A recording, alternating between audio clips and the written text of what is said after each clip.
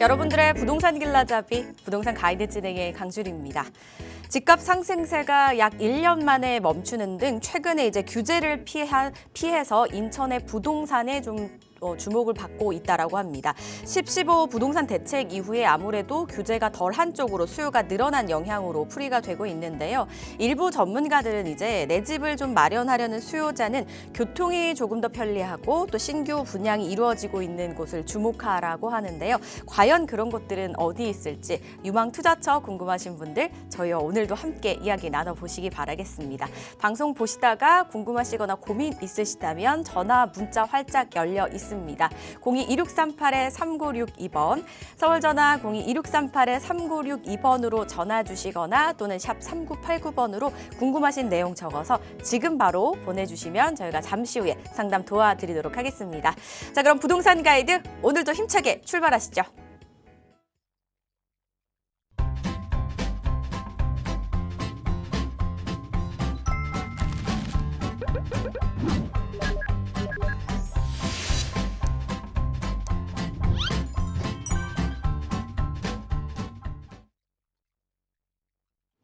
네, 부동산 가이드 한 주 동안 여러분들이 가장 많이 기다리는 분이 아닐까 싶습니다. 수요일의 남자죠. 동산이용 부동산연구소의 박성일 팀장과 함께합니다. 안녕하세요, 팀장님.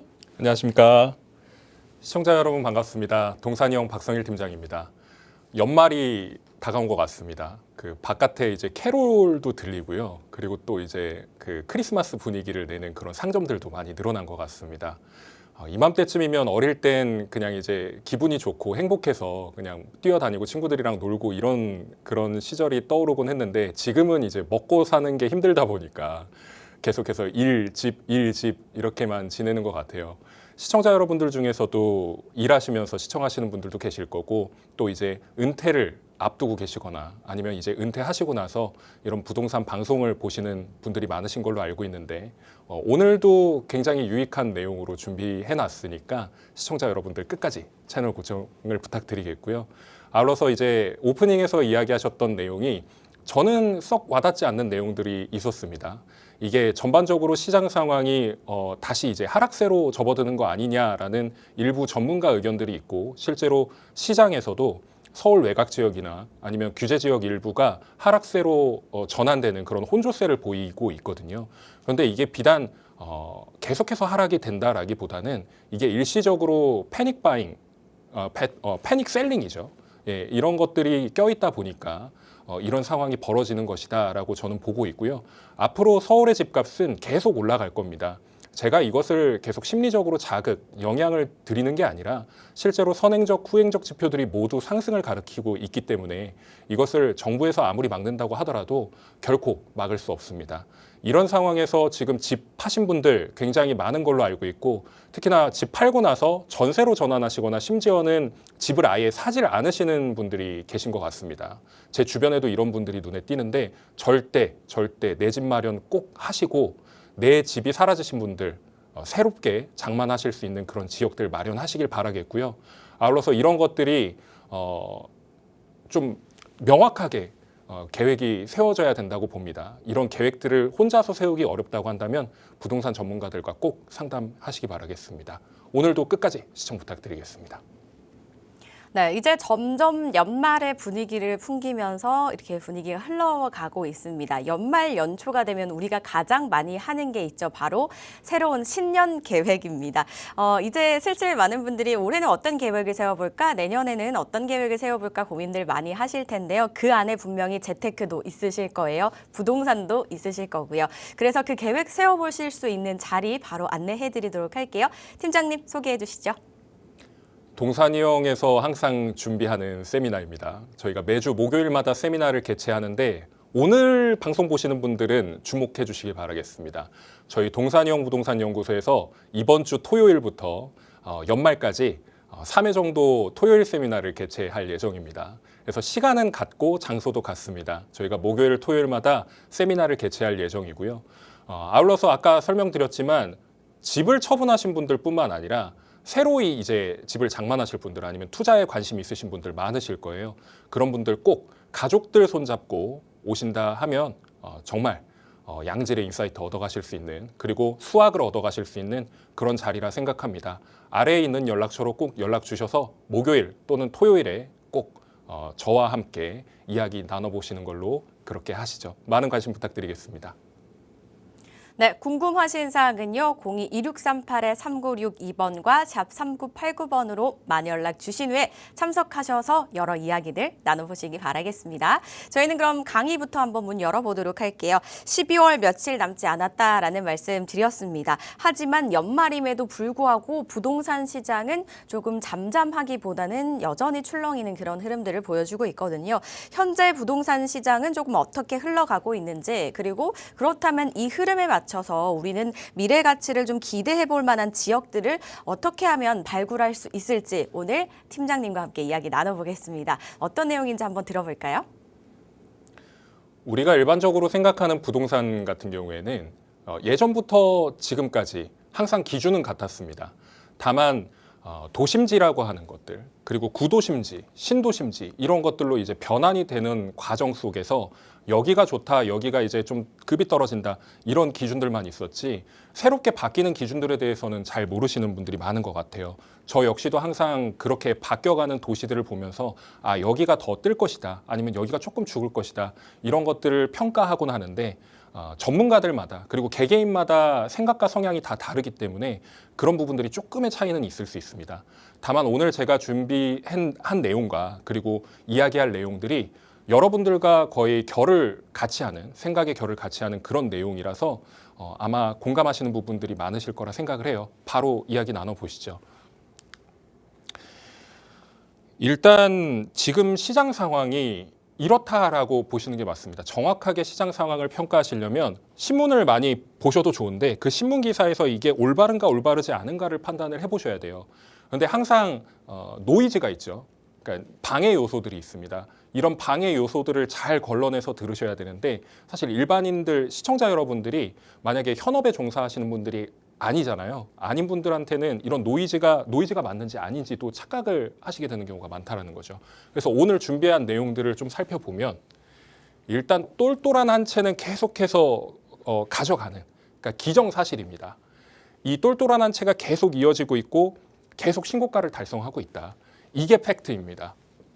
그리고 수도권이 식는데 이 수도권이 식는 지역들은요, 지금 규제 지역으로 묶였으나 생각보다 덜 오른 곳들, 그리고 규제 지역이 아닌 비규제 지역 중에서 아직 미분양을 다 털어내지 못한 지역들, 그리고 규제 지역하고 조금 멀리 떨어져 있는 지역들, 이런 지역들 같은 경우에는 좀 열기가 식고 있는 것이죠. 서울은 전체적으로 활활 타오른다라고 이야기를 할 수는 없지만 노도강, 금강구 이런 그 급지가 조금 낮은 그런 지역들 같은 경우에는 아직까지 이제 올라갈 기미는 보이지 않고 있으나 재개발 지역부터 지금 타오르는 그런 시장 상황이다, 이렇게 말씀을 드릴 수가 있겠고요.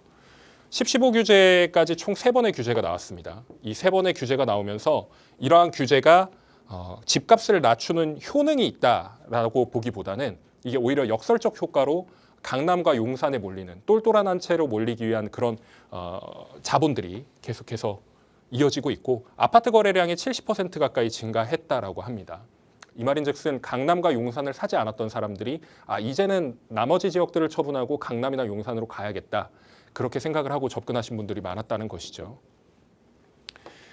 이 내용은 뭐냐면요, 아파트 공급이 부족하니까 계속해서 공급을 늘려야 합니다라는 그 정부의 시선과 방향은 명확합니다. 계속해서 공급을 해야 된다라는 논조는 있어요. 다만 땅을 다져놓고 여기다가 아파트를 짓고 이것을 공공에게 다 나눠줄 때까지, 그러니까 민간에게 다 나눠줄 때까지 시간이 굉장히 오랜 시간 소요됩니다. 대략 지금부터 완성까지 한다 그러면 대략 한 10년을 잡아야 돼요. 그런데 10년 전부터 이러한 계획들을 갖추고 있었음에도 불구하고 완성을 못 시킨 단지가 있을 뿐만 아니라 지금 계획을 해서 완성을 시키겠다라는 그런 숫자들까지 다 제 시간 내에 이루어질 수 없는 그런 상황입니다. 그래서 분양을 하려고 하는 사람들 같은 경우에는 지금 분양을 하면 오히려 미분양이 날 수도 있거나 아니면 사업성을 충분히 확보하지 못할 수 있다라는 생각에 분양을 다 멈춘다라는 거죠. 지금 상황은 분양을 오히려 내가지고 시장에 푸는 것보다 조금 더 익혔다가 마치 과일 같은 거죠. 후숙을 시켜놓으면 더 맛있으니까 후숙을 시켜놓으면 사람들이 더 많이 찾으니까, 맛있어서 더 많이 찾을 테니까요. 이런 것들을 좀 기다리고 있는 상황이다, 이렇게 말씀드릴 수가 있겠습니다. 제가 위에서 용산과 강남을 말씀드렸지만 강동과 동작, 영등포와 같은 한강변 벨트 일대 지역들, 그리고 마포나 성동은 당연한 거죠. 그런 지역들까지 고가의 낙찰들이 이루어지고 있는데, 이 낙찰이라고 하는 것은 경매입니다. 이 경매가 지금 이 지역들에서 고가에 낙찰되고 있다는 거죠. 일반적인 뭐 예를 들면 경매가 한 5억에 낙찰될 것이 뭐 7억에 낙찰된다든지 8억에 낙찰된다든지 이런 케이스들이 강남 3구보다 더 많다라는 거죠. 이게 지금 비정상이라고 생각하시면 안 됩니다. 이게 나중에는 정상이라고 생각하는 그런 날이 올 겁니다. 얼마 안 남았습니다. 그리고 지금 가장 중요한 게 임대차 거래에서 월세가 59.3%. 원래 우리나라 시장에서는 월세화보다 전세화가 비중이 더 높았습니다. 지금 50% 넘긴 것만으로도 굉장한 건데 지금 이미 60%까지 도달을 했다라는 거예요.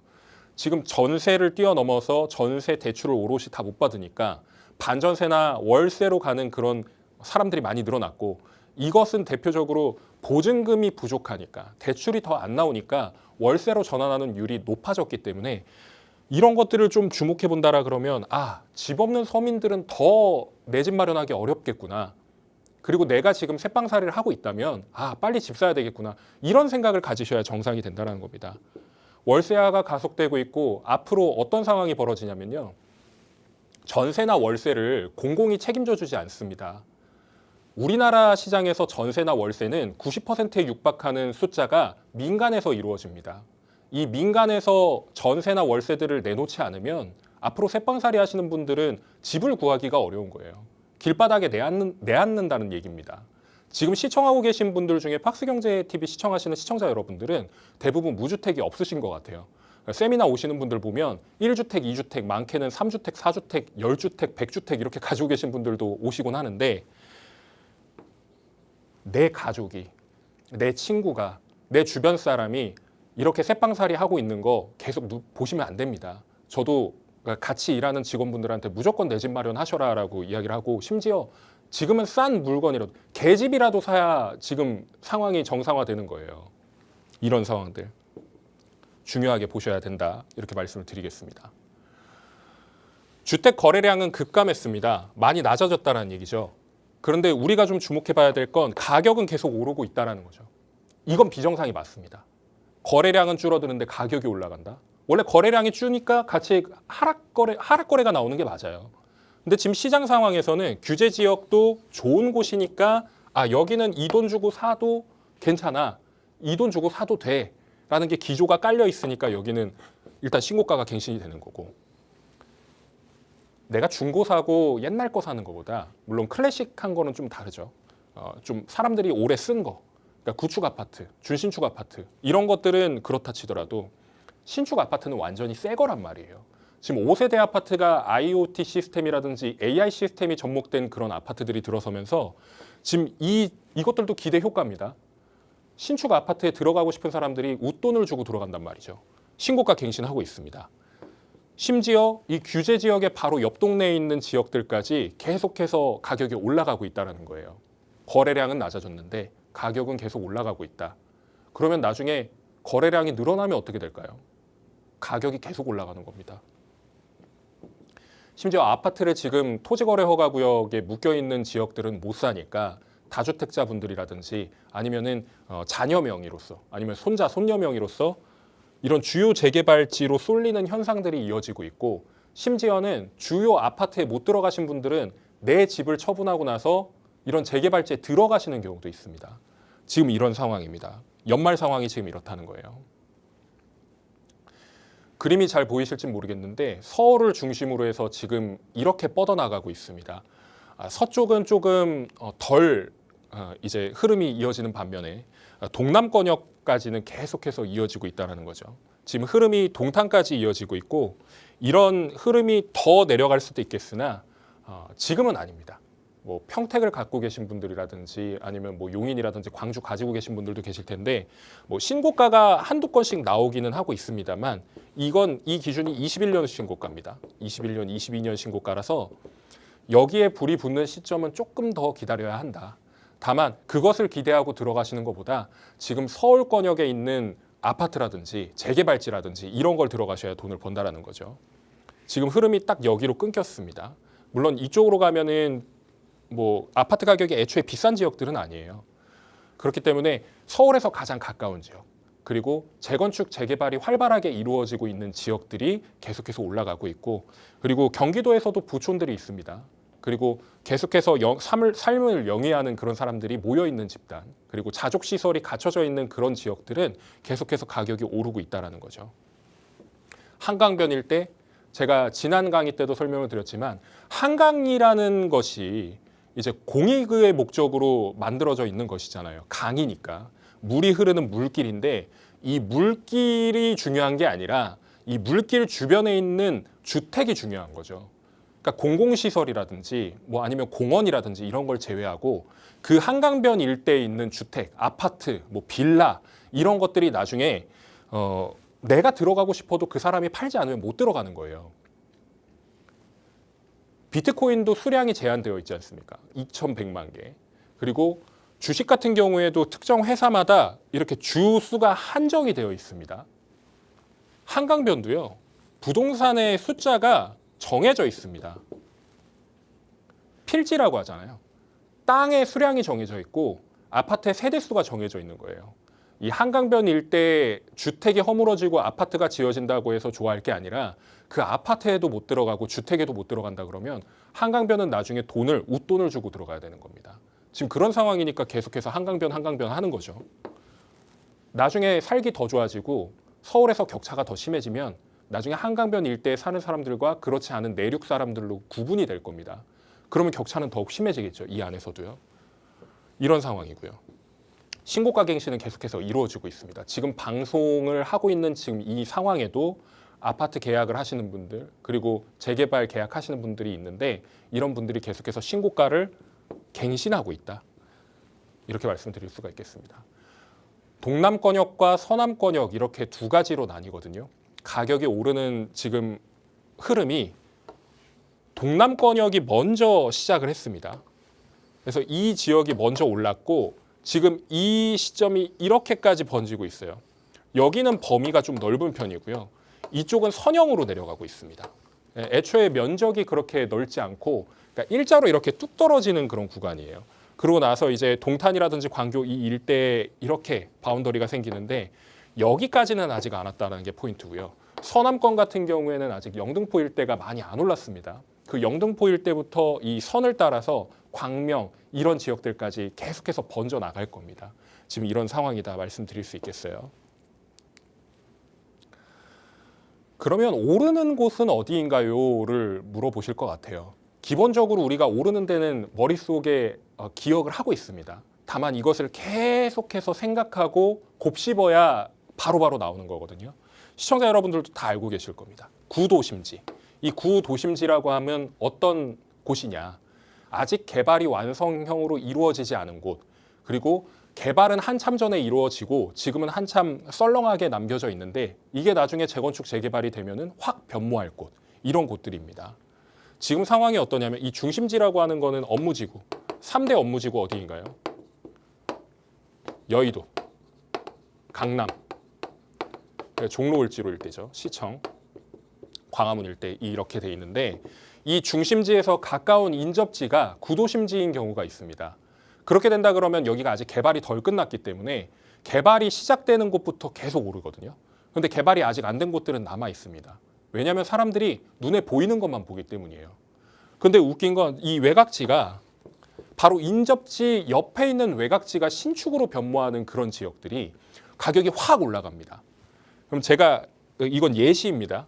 중심지가 30억이고 외곽지가 한 15억 정도 된다고 치면 그럼 인접지 같은 경우에는 15억 이상, 25억 이상 많게는요.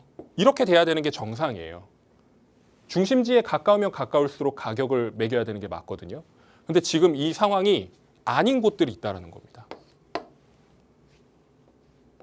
이런 곳들 눈여겨보시면 굉장히 좋다는 거고요. 두 번째로 교통망 확충지. 제가 항상 강조드리는 거. GTX 그리고 지하철 이 예정역 포함입니다. 이 들어오는 예정이 되어 있는 곳들까지 눈여겨보시면 굉장히 좋다라는 거죠. 단 경전철 같은 경우에는 기대 효과가 좀 적은 편인데 강남권역에서는 얘가 어디로 가느냐에 따라서 이 경전철이 좋고 나쁘고가 결정이 됩니다. 대표적인 사례가 위례신사선, 지금 이제 한창 얘기 계속 다시 나오고 있죠.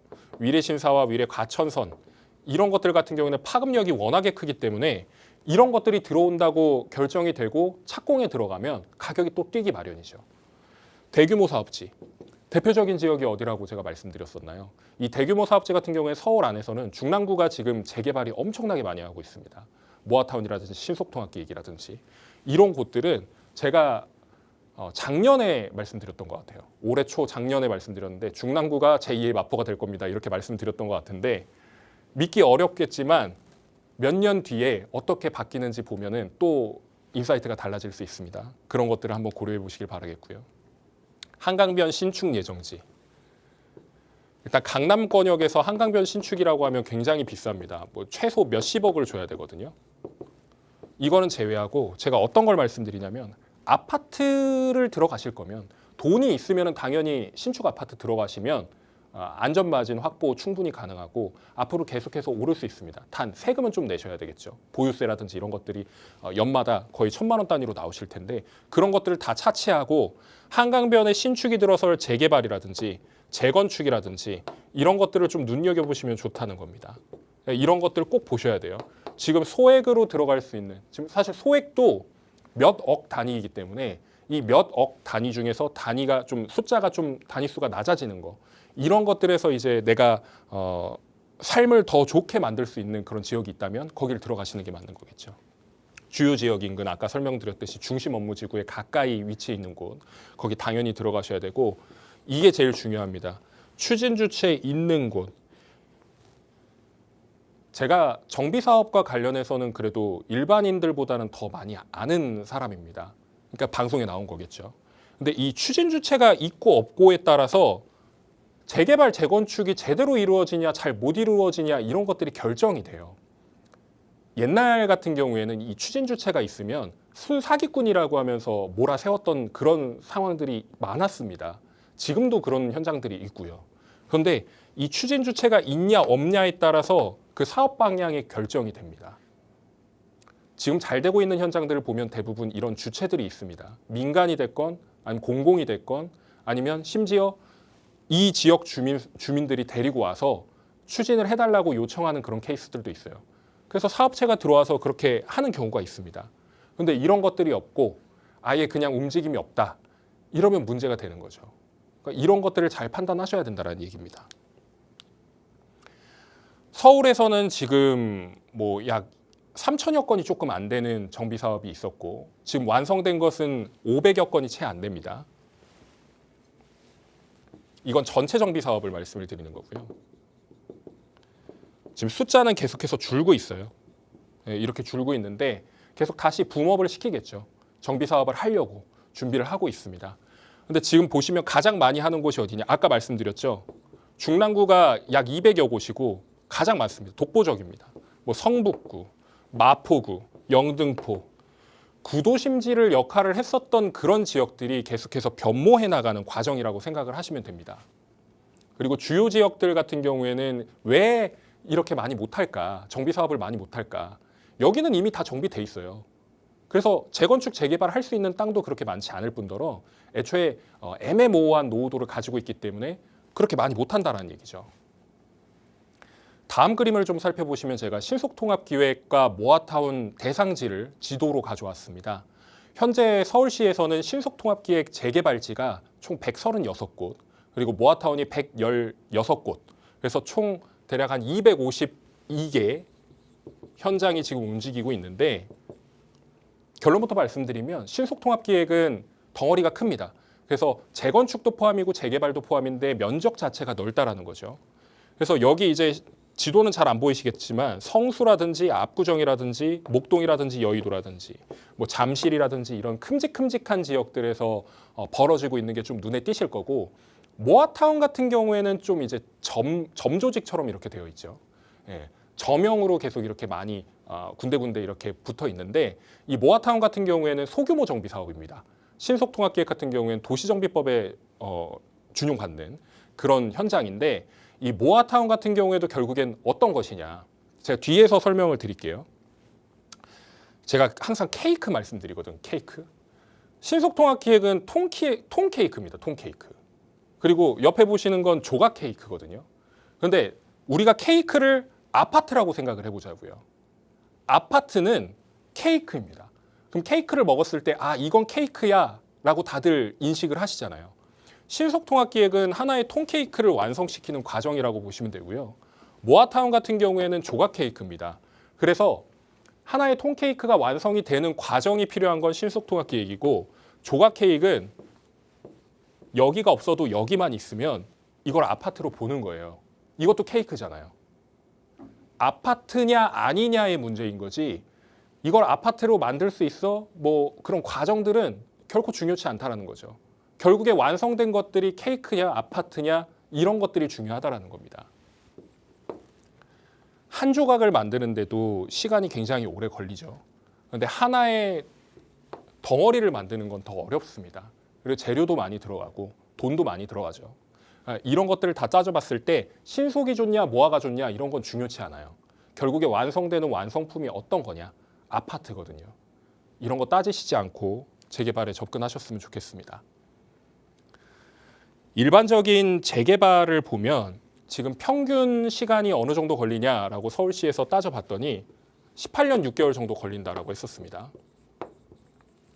원래 빌라촌이었던 곳들을 아파트로 정비하는 거, 아파트촌으로 정비하는데 18년 6개월, 거의 20년 걸리는 거였죠. 그런데 신속통합기획이라는 걸 넣으면서 13년까지 단축시킨 겁니다. 거의 5년 반을 단축을 시킨 건데 중간중간에 문제가 되는 부분들. 그러니까 이거는 사업하는 데 있어서 굳이 할 필요가 있어? 아니면은 이거는 같이 해도 되지 않아? 이런 것들을 합쳐가지고 진행을 했기 때문에 시간이 준다라는 것이고 지금 화면에 보이실지는 모르겠지만 정비 계획 수립, 그러니까 정비 구역 지정 이런 것들부터 조합 설립하는 거라든지 시공사를 선정하는 거라든지 조합원 분양받고 일반 분양하는 것까지 그리고 아파트를 짓는 것까지 이런 절차들이 껴 있어요. 그런데 이렇게 페이퍼 한 장으로 보면은 그렇게 어려워 보이지는 않는데 이게 거의 20년 걸리는 사업이라는 겁니다. 그런데 서울에서는 지금 재개발 사업이 굉장히 빨리 진행되고 있고 빠르게는 10년 안쪽으로도 가능한 그런 현장들이 생길 거라고 보고 있어요. 전문가의 시선에서는 그렇습니다. 모든 현장들이 다 10년 안에 끝난다는 얘기는 아니니까 이런 것들은 착각하시지 않으셨으면 좋겠고요.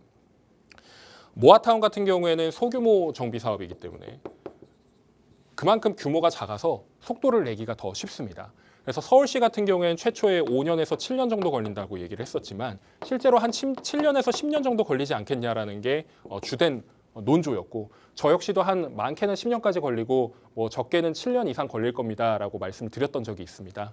그런데 지금 7년에서 10년 걸리는 건 맞았는데 이게 점점 속도가 이렇게 5년에서 7년이면 완성시킬 수 있는 정도의 수준까지 내려가고 있습니다. 그러면 일반적인 재개발보다 나중에는 모아타운이 더 각광받는 시대가 올 수도 있다는 것이고 지금 제가 빨간색으로 칠해놓은 게 어떤 의미냐면요. 사업시행인가 관리처분인가는 모아타운을 같이 받습니다. 통합으로 받는 것이고요.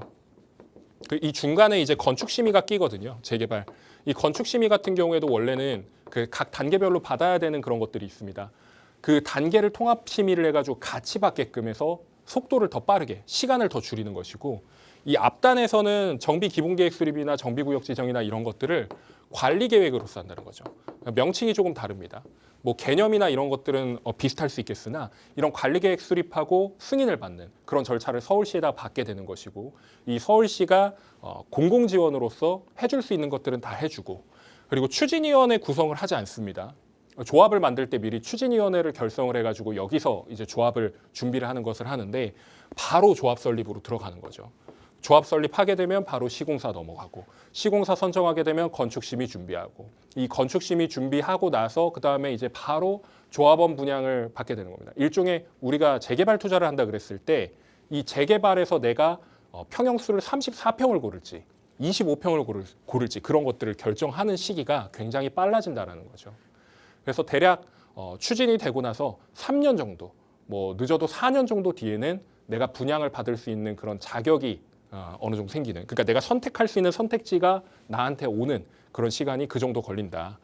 이주 철거나 착공 준공 이런 것들은 공사와 관련된 것인데 빠르면은 3년 안에도 끝낼 수 있었거든요. 근데 보통은 지금 거의 한 40개월, 많게는 뭐 48개월, 그러니까 3년 반에서 4년 정도까지 보고 있습니다.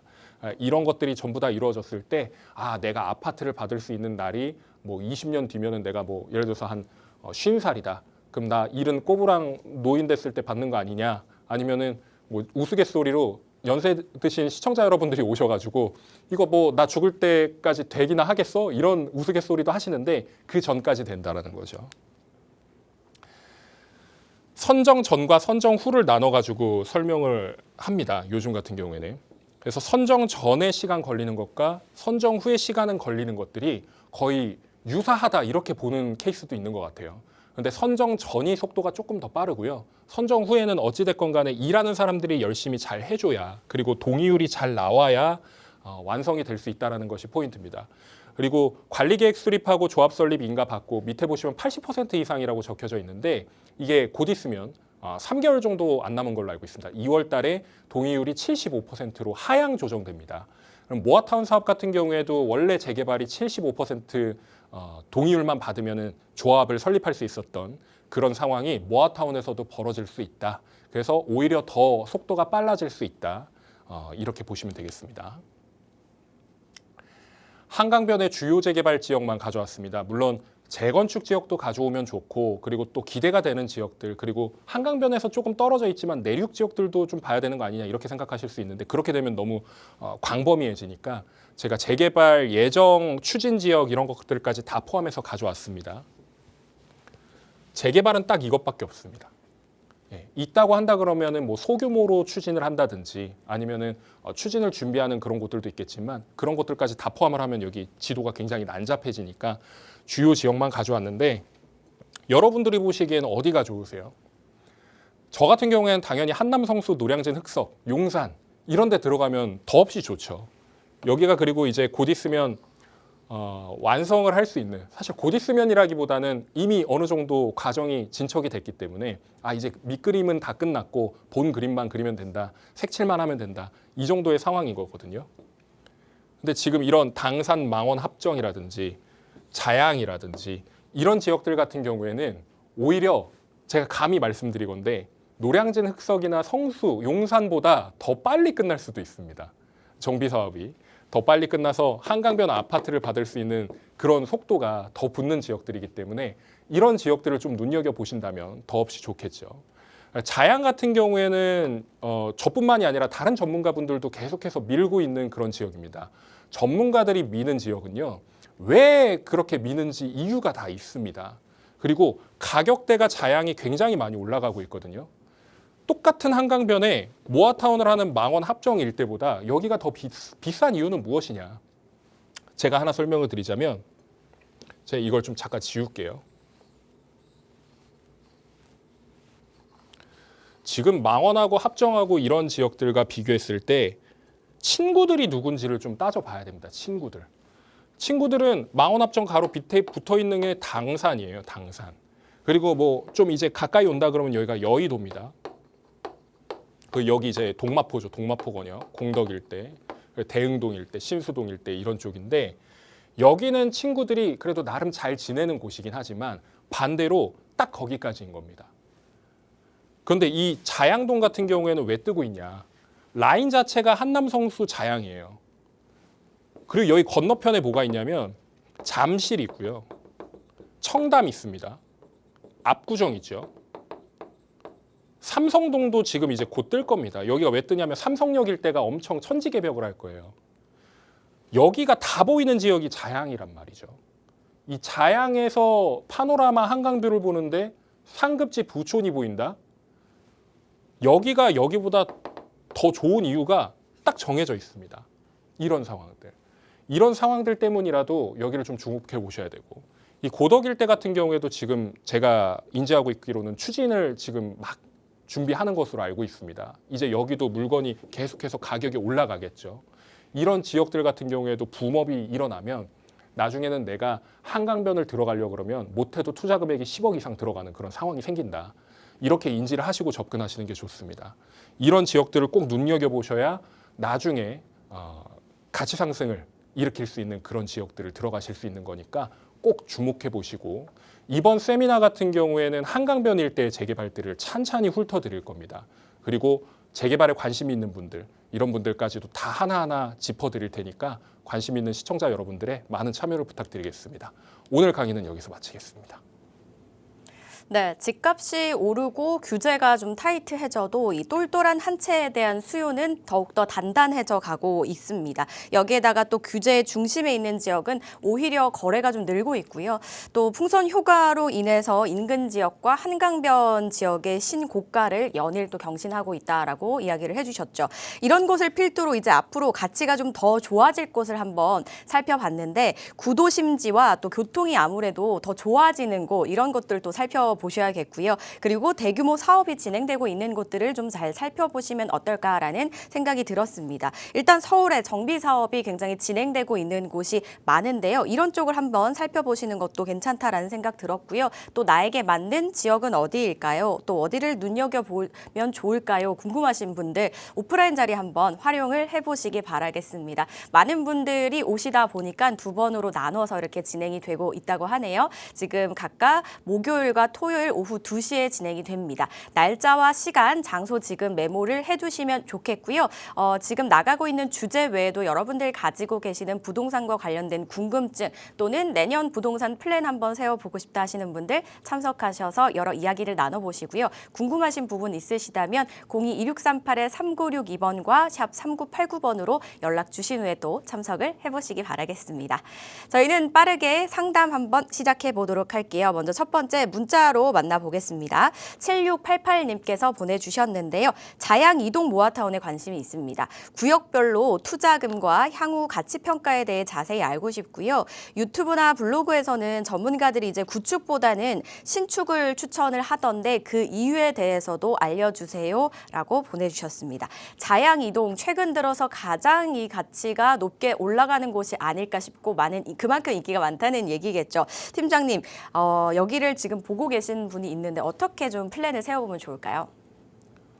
일단은 자양이동 모아타운 같은 경우에는 굉장히 사업성이 좋고, 그리고 세대수가 많이 늘어난다는 점에서, 그리고 지형 자체가 평지입니다.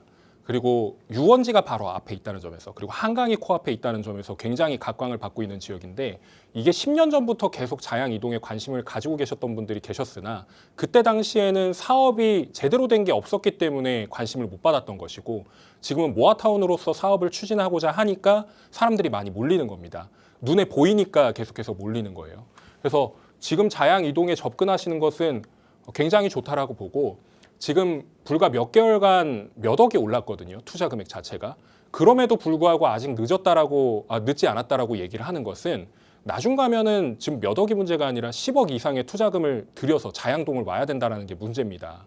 이런 것들을 생각해 봤을 때, 내가 한 3년에서 4년 뒤에 돈을 더 모아서 그때 조금 더 올라갔다고 하더라도 난 그때 10억에 살래 라고 생각하시는 분들은 그냥 10억에 투자를 하시면 되는데, 그게 아닌 분들은 지금 내가 갖고 있는 예산을 가지고 묻어놔야 된다는 거예요.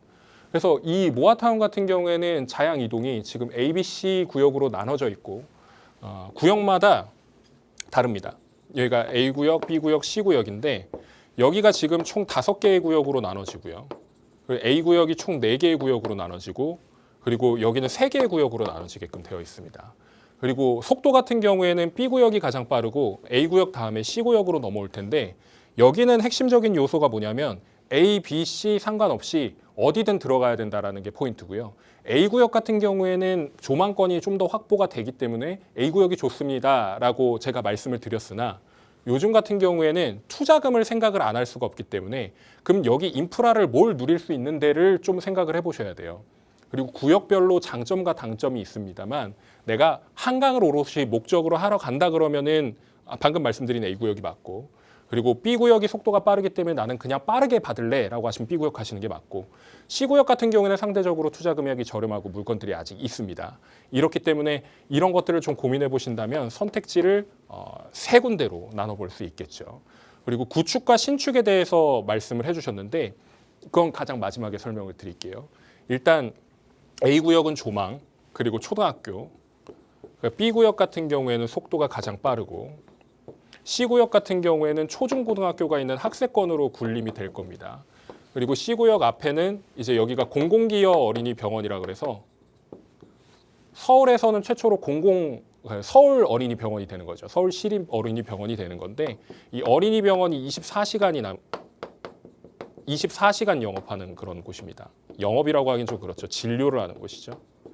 그래서 입원도 가능하고 병원 진료도 가능한 그런 곳이 될 텐데 아이 키우기 딱 좋은 곳이 되는 거예요. 한강변 아파트에서. 그래서 지금 뭐 60억이니 70억이니 가는 아파트가 될 것이다 이렇게 말씀을 하시는 것이고요. 구축하고 신축을 제가 설명을 좀 드릴게요. 구축하고 신축 중에 어디가 좋냐 그러면 당연히 신축을 가시는 게 맞습니다. 그 이유에 대해서는 간략하게 설명을 드리면 매매가 자체가 구축보다 신축이 높아요. 그러면 구축이 싸니까 싼 거 들어가시는 게 맞다라고 생각하시는 분들이 많은데 싼 게 문제가 아닙니다. 우리는 갭으로 투자를 한다라고 했을 때 전세를 생각을 안 할 수가 없는데 여기가 만약에 2억이라 그러면 여기는 2억 5천이 되는 거고요. 그럼 얘가 5천만 원 정도 차이라 그러면 똑같은 기준을 두고 봤을 때 신축을 들어가셔야 되는 게 맞아요. 그리고 신축하고 구축하고 나눠졌을 때 얘가 대지 지분의 차이가 분명히 있습니다. 그런데 핵심은 뭐냐면요. 재개발에서 대지 지분을 찾으시면 안 돼요. 재건축은 대지 지분을 중요하게 생각하는 부분입니다. 그런데 반대로 재개발 같은 경우에는 대지 지분 몇 평이에요? 이 질문은 진짜 바보 같은 짓이에요. 바보 같은 질문입니다. 나중에 향후에 마지막에 순위를 매길 때 대지 지분을 따지는 것이지 대지 지분 자체에 영향을 미치는 게 아니라 감정가는 매매가하고 연결이 되어 있습니다. 공주가하고 연결이 되어 있어요. 공동주택 가격. 이런 것들을 따져봤을 때 구축보다는 당연히 신축이 맞습니다. 땅의 가치평가도 오롯이 받을 수 있고 건물에 대한 가치평가도 받을 수 있는 것이기 때문에 구축보다는 신축을 무조건 선택을 하셔야 되는 것이고요. 자양 이동 같은 경우에도 신축이 그렇게 많지가 않아요. 최근에 자양 이동 A구역이 될 곳에 경매를 들어가신 분이 7억 7,200의 투룸을 낙찰을 받았습니다. 10평이 채 안 되는 곳이에요. 실평수가 한 10평에서 11평 되는 곳인데 이게 2016년식인데 7억 7,200에 낙찰됐단 말이에요. 일주일 전에. 이런 것들을 따져봤을 때 그러면 신축이 얼마인데를 따져보시고 그리고 구축이 얼마인데 따져보시고 이런 것들을 전반적으로 따져보신 뒤에 선택을 하시는 게 무엇보다 중요하겠고 결국에는 구축, 신축 선택한다 그랬을 때 저는 무조건 신축입니다. 신축으로 가시길 바라겠습니다. 네, 일단 선택지는 세 군데로 나누셨습니다. 구역별로 어떤 차이와 특징이 있는지 이제 여쭤보신 부분에 대해서 말씀 주셨고요. 또 감정가가 이제 매매가와 공동주택 가격과 연결이 돼 있기 때문에 구축보다 신축을 보시는 게 좋다라고 하셨거든요. 근데 이제 신축이 또 이곳에 그렇게 많지가 않기 때문에 생각이 있으시다면 또 잘 찾아보셔야겠다라는 생각 들었고요. 찾아보시다가 또 상담 추가적으로 필요하시다면 저에게 전화 또는 문자 그리고 오프라인 자리 한번 활용해 보시기 바라겠습니다. 상담 내용 꼭 도움되셨길 바랄게요. 좋은 선택해 보시기 바라겠습니다. 다음 문자 만나보겠습니다. 3539님께서 보내주셨는데요. 마포자이 힐스테이트 34평형 조합원 입주권을 보유하고 있습니다. 최근에 가격이 많이 올라서 입주권 매도할까 싶은데요. 매도 후에 다른 재개발 투자처로 이동하는 게 맞는 건지 아니면 조금 더 기다려보는 게 맞는 건지 전문가의 의견이 궁금합니다. 라고 보내주셨습니다. 정말 행복한 고민인 것 같은데요. 팀장님 어떻게 하셔야 될까요? 조합원 입주권이라고 하셨죠? 네. 저도 부럽습니다. 왜 부럽냐면 여기가 84 타입 입주권 그때 이제 받으실 때 분양가가 한 7억 정도 되셨을 거예요. 한 6억대, 7억대 정도 되셨을 텐데 여기 지금 가격이 얼마냐면 매매가 호가가 30억대 초중반인가 그랬던 걸로 기억합니다. 그럼 차익이 얼마인가요? 지금 거의 20억대 중반이거든요. 일단 축하드립니다. 축하드리고 지금 시간이 많지 않아서 간단히 설명해 드리자면 지금 마포에서 평당 1억 찍을 곳이 여기예요. 아마 찍을 겁니다. 이미 찍었을 수도 있습니다. 그 매매가 자체가 지금 다운 계약서로 해가지고 계속해서 거래를 하고 있다라는 얘기도 있는데 정확하지는 않으니까 팩트가 아니니까 말씀을 못 드리겠습니다만 마포에서 평당 1억을 찍을 수 있는 곳은 여기예요. 그리고 주변의 아파트 가격이 지금 신축, 준신축들이 아직 앞자리 3을 못 넘긴 상황이라면 얘네가 이제 3을 넘기려고 하겠죠. 뭐 마프자라든지 뭐 마레프라든지 지금 20억대 후반 이렇게 위치해 있지만 얘네가 앞자리가 3이 되면은 얘는 신축발로 앞자리가 4까지도 갈 수 있는 여력을 가진 친구입니다. 그리고 2027년 3월에 아마 입주를 하게 될 텐데 제가 최근에 촬영을 나갔었어요. 촬영을 나갔었는데 열심히 공사를 하고 있더라고요. 굉장히 아늑한 그런 곳으로 계속해서 공사가 이루어지고 있는데 여기 앞자리 4를 기대하고 기다리시는 것도 좋고 저는 매도를 하셔가지고 차익을 보시고 세금이 분명히 나오겠죠. 이런 세금들을 정리를 하신 뒤에 주요 재개발지로 이동을 하신다거나 그러니까 지금 신축을 받아서 내가 입주해서 여기 프리미엄을 누릴 거야. 커뮤니티 이용해보고 싶어 라고 하시면은 그때까지 기다리셔서 입주까지 보시는 것도 괜찮고요. 그게 아니라 그러면 지금 매도하셔서 정리를 하신 뒤에 다른 쪽으로 이동을 하셔서 또 급지를 올리는 그런 방법이 있습니다. 개념을 간단히 설명을 드리면 마포 같은 경우에는 지금 중상급지로 구분이 되어 있는데 나중에 상급지 지위도 누릴 수 있는 그런 곳 중에 하나입니다. 다만 지금 마자힐이라고 줄여서 얘기를 하거든요. 마포자이 힐스테이트 라첼스가 마포에서 가장 비싼 아파트로 계속 남아 있을 거거든요. 향후 거의 5년에서 10년 가까이는 그렇게 유지가 될 텐데 위치 자체가 엄청 드라마틱하게 좋은 곳은 아니에요. 그러면 여기서 우리가 이동할 수 있는 데는 용산과 강남 3구로 이동하시는 게 더욱 좋고 그리고 만약에 여력이 되신다 그러시면 여의도나 이런 지역으로 이동하셔도 갈아타셔도 내 자산을 더 불릴 수 있는 그런 여력이 생기시게 됩니다. 이런 것들을 고려하신다든지 아니면 나는 어느 정도의 돈을 들고 전세를 들어가면서 재개발도 투자해 볼래 라고 하시면 주요 재개발 지역들도 투자를 하실 수가 있는 거예요. 그런 것들로 접근하신다 그러면 나중에 정말 좋은 에셋 파킹이 되실 거라 생각을 합니다.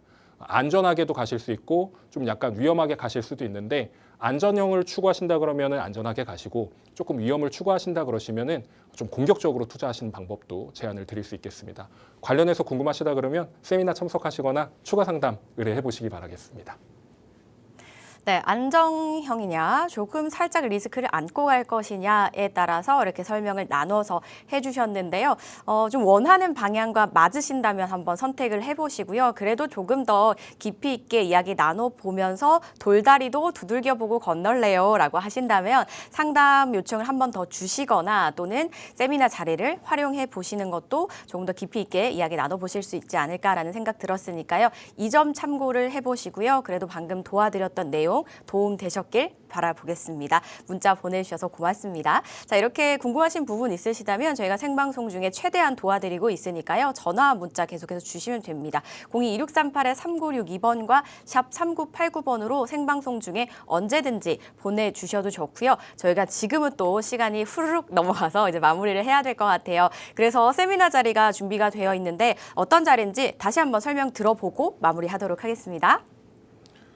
시청자 여러분 항상 시청해 주셔서 감사드리고 연말이 곧 다가오다 보니까 저희도 이제 마무리를 하는 그런 상황까지 왔습니다.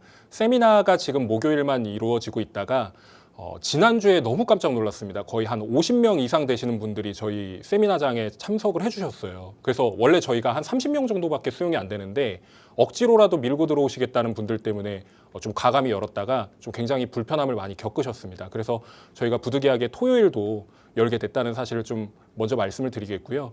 저희가 이렇게까지 하는 이유가 지금 상황이 어렵다 그래가지고 이 부동산을 놓치시면 안 되고 그리고 또 내가 지금 만약에 처분을 하신 상황이라면 아니면 무주택자라면 아니면 자녀가 무주택자라면 손자 손녀가 무주택자라면 지금 준비하셔야 됩니다. 규제가 문제가 아니라 나중에 내 집을 마련을 할 수 없는 그런 상황까지도 오게 된다라는 거예요. 오시는 분들이 항상 말씀하시는 게 그때 했었더라면 내가 그때 했었어야 지금의 현금을 들고 있지 않고 뭐 강남이라든지 용산이라든지 이런 거 들고 있었을 텐데 후회를 하시면서 가시는 분들이 많으신데 이런 후회 없으시게끔 제가 잘 준비해 보겠습니다.